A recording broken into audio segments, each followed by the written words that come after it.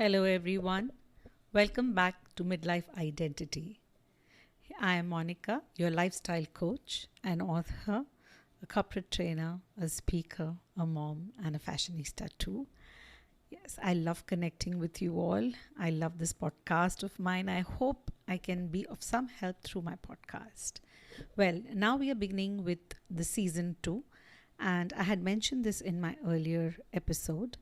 We shall be discussing in detail about what well being is all about. What is existential well being? What is living? What is life? How do you navigate life with ease? Or how do you face challenges? For that, you can even refer to my book, which I have just published in January. And the book is Journey from I to Me.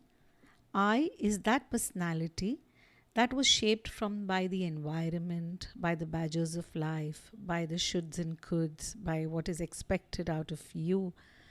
And you keep changing that personality, which it may be not belonging to you, by wearing various masks. And me is unfolding of all of that you have learned, all of that you have collected on yourself, and all of that personality which was created because of your environment, culture, upbringing, everything. And me is the unfolding of it all, going to the core, going to the center, and unleashing your own secret code to being your own authentic self.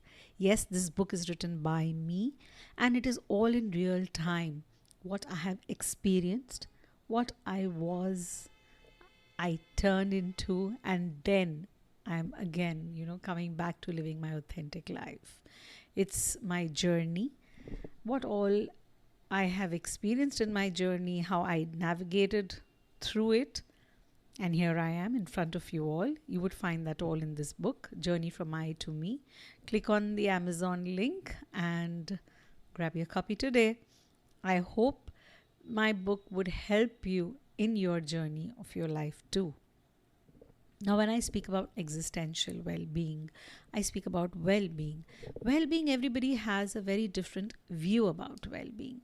The well being could be all about health, your wealth, your level of income, your level of education, what you want from life, the life expectancy, all that is well being. I'm fit, I'm fine, and that's my well being. I'm happy. For some, the well being could be even more different, is about, breaking it down every morning you wake up, you find your purpose, or you make your list, this is what I want to do, and I feel well-being. Well-being has got so many connotations to it that it's very subjective, you could say.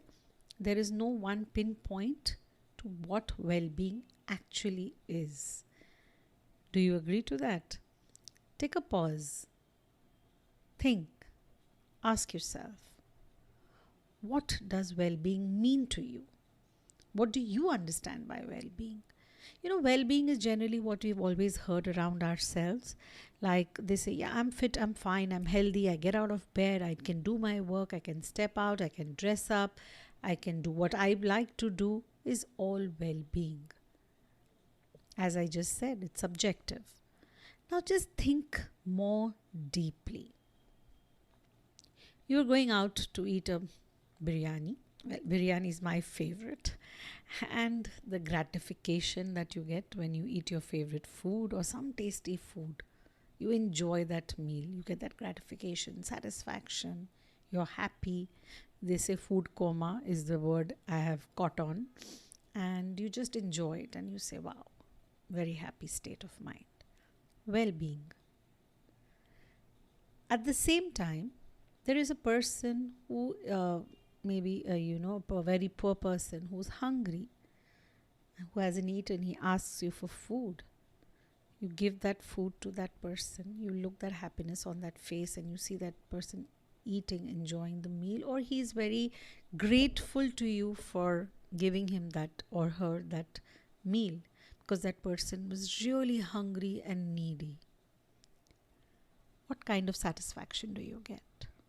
Compare the two. Think, pause. The food that you ate, the gratification, the satisfaction it gave you, and the food that you gave it to someone else who was really needy. You helped that person. What kind of satisfaction it gave you? Think about it. Put your hand on your heart and feel both the feelings and think what you felt. Definitely sharing the food or giving that food to that person who really needed it, who's grateful to you for that feeling touches your soul. That is well-being too. I don't say going out for a meal, enjoying a meal is not well-being. Yes, you're enjoying it, you're having a good time, you're happy. But I'm just saying compare the two. So as I said, well-being can be very, very subjective. Well-being is in depth if we speak about well-being. It is something that should touch your soul, touch your heart, touch you from within. That is well-being. That is what we believe, which can, transform you as a person or help someone transform or just help someone, make them feel happy, is well-being. Well-being in a deeper sense is what we speak about well-being. Now, for some, if I talk about well-being in a very objective way, objective means generally, which I said, it is like, you just feel, okay, I have got my homes, I have got my education, I have got material things in my life, I have got good clothes to wear, I can travel where I want to travel. And then again, there's another well-being where I feel I can live a life of purpose. I can live a life of satisfaction in being able to help others, having a deeper meaning as well in my life. I'm pointing out here as well. There is no comparison that going out, dressing, eating, buying things, and helping people, it comes all on that same level. It is well-being. So I don't say the ones who are want to build a life of purpose and the ones who do not live on a life of purpose is any different. One learns, one grows. That is how we all go ahead in life.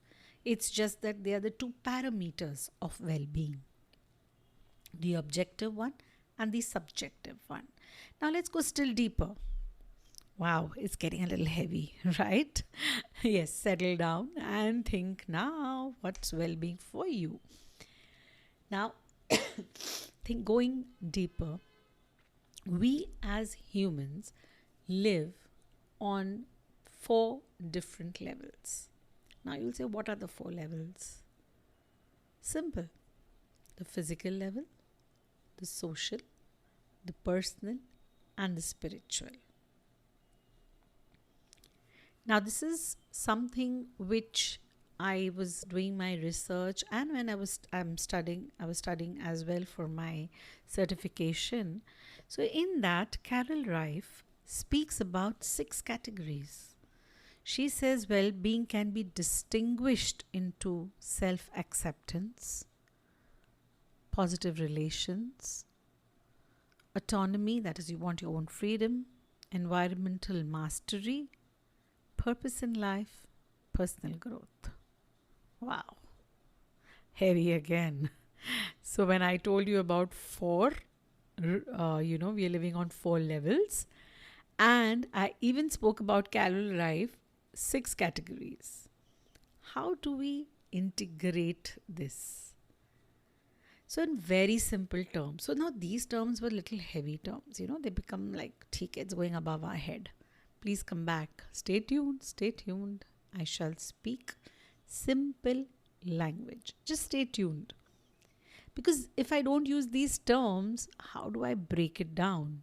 Because if I directly break it down, you wouldn't know what I'm speaking about. So yeah, just stay tuned. Be patient. बहुत simple शब्दों में I will tell you what I'm speaking about.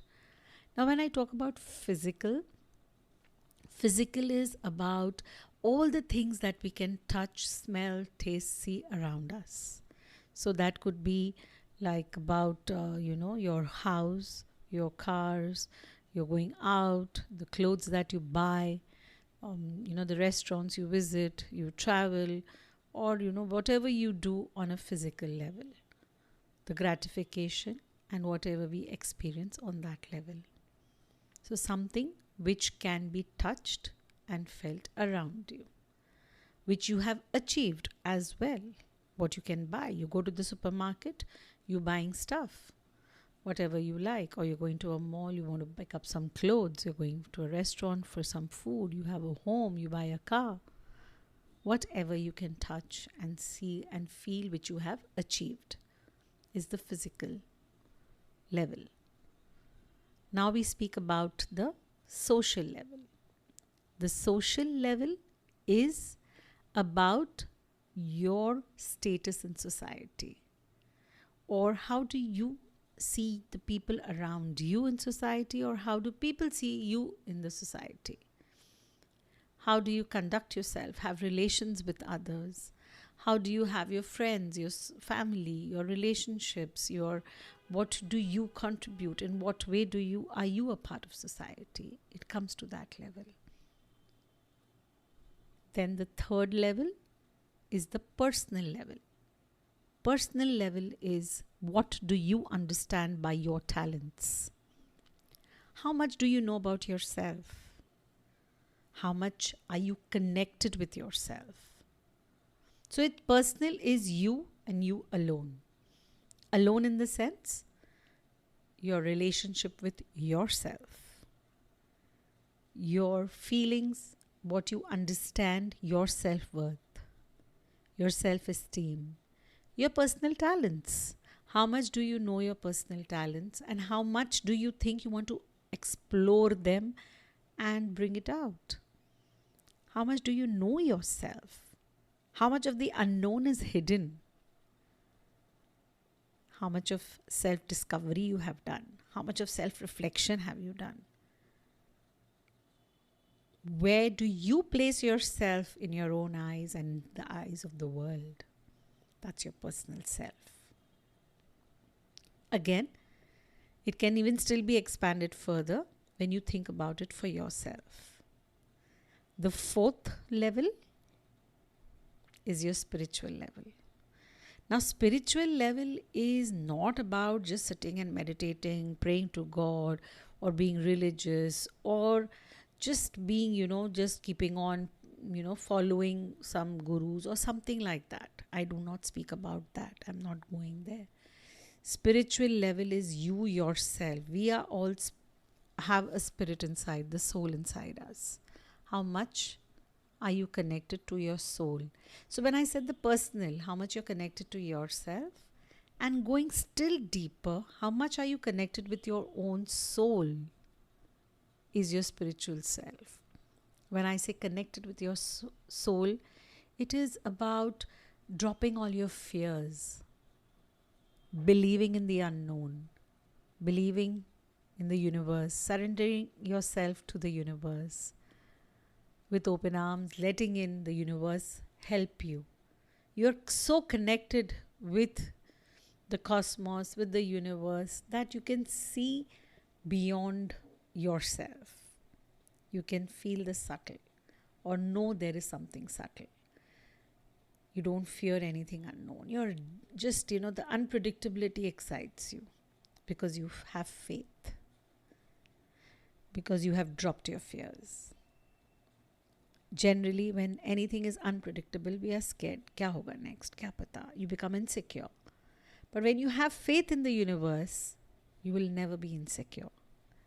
You drop all fears and just let it be. Just leave it to the universe. That's the spiritual self. That's the spiritual level. So each one of us transcends from the physical to the social to the personal to the spiritual self. We all transcend slowly, slowly. Many of us, in fact, live on a very beautifully woven You could say, interfaced, interplaced, integrated into all the four levels. Do you believe that? Because if you're too much into the spiritual self, you will not look at the social and the physical and the personal. Somewhere you become too much into that, and then you find life meaningless. I'm sure you agree to that, or you may question what is life all about. If you're too much into your personal self, you cannot see anything. The social, you will be cut off with all your friends, and you would know how to manage your relations with others. If you're too much into the social and you're only trying to make a place in society or pleasing friends, or just into it so deeply that you forget to look at yourself and you're just doing what is expected out of you, or you're into that social domain completely. And if you're into your physical self, you're just busy building, building, building whatever you want. You lose your connect with your personal and your spiritual self, and maybe the social self. Now, if you would see what I have spoken about, the beautiful weaving of all of these four realms or levels, whatever you want to call it, that is what we live in. That is what existence is all about. We navigate between all of these four things. Think about it. In fact, I would request you to, when you're listening to this podcast, keep some time aside and give yourself time to absorb all that I have said. Think which each level where you are you fearful or fearless? Are you into just building and you're forgetting about other things? It's natural. It's not right or wrong. Nothing is right and wrong. It's a very natural progression. It's fine. That is how we live. That's the beauty or fascination of living this life, the existential life we live. But when we start understanding it more deeply, you know you make it easier to navigate through all of these four realms, or just a balancing of all of this four. Absorb all of this, understand it. You have any questions, you can always just put in a message, and I'm right here. I can always help you with any doubts, anything that you would want to know more about it. But there is one thing which I want to bring to your notice is, do not confuse yourself into all of this. I just gave you an overall view that this is what life is about. We've just broken it down. Our life with working hard and building our life with our friends and family and building that, our life with connecting with my own self and understanding and exploring my talents, and a life where we believe, oh yes, there is God, there is a higher power, a higher self. This is what life is all about. It's very simple, but we complicate it because sometimes we don't know how to balance it, or we overdo it, or we underdo it, or we are confused because there's no clarity. Exactly. These four wheels, so these are the four wheels. These four wheels have to always work in tandem. Imagine a cart, a horse cart, or any cart is going on the road. One wheel breaks down. What happens? The cart tilts completely, right? And on the three wheels, it cannot go ahead. And even if you're trying to, it just nudges. You have to pull it hard. Itni mehnat lagti. You have to just keep pulling it hard to be able to let the cart take the next, go further. If two wheels go, all the more worst. You just cannot absolutely tuck it. And three wheels go, worst. So all the four wheels have to be there for it to keep going together very easily and smoothly. It should go from one, destination to the other, to wherever it is going. So imagine these four realms, these four levels, whatever you believe, they are the four wheels of a cart, which have to go function together. How a cart rolls, imagine it, look at it, how it goes rolling, rolling, right? So that's it. But we are so many times at a loss. We don't think deeply, we don't give it a thought, we do not really work at living life with too much of thought, or breaking it down and understanding. For that, we need to self reflect, we need to self discover, we need to build self knowledge. Can we not make that our mantra of self love? What say? So, well being is actually practicing an art of living. It's basic art of living with an eye for the positive aspects of life and opportunities that come forward to us, but accepting the fact that we are finite beings. We have to know that and accept it. So that's where self acceptance also comes in. Wow, I hope you enjoyed this episode. And yes, I am your lifestyle coach here, who is going to always help you balance all the four wheels of your life whenever, however you want it. Please do DM me, connect with me. I'm always here. I can guide you into balancing all the four wheels of your life. That's what living a lifestyle is. Hope you enjoyed today's episode. Have a great day and tune in soon to my other new episodes as well, because we've started a series and you're going to discover yourself so much more from these series. Bye bye and see you soon. Thank you for signing in and tuning in to today's podcast. Stay tuned and we shall forever be diving deeper into the various prolonged battles, struggles, pressures, thoughts of finiteness, understanding what midlife is all about, and wanting to create our own midlife identity. I shall end with the beautiful saying by Victor Hugo: when grace is joined with wrinkles, it is adorable.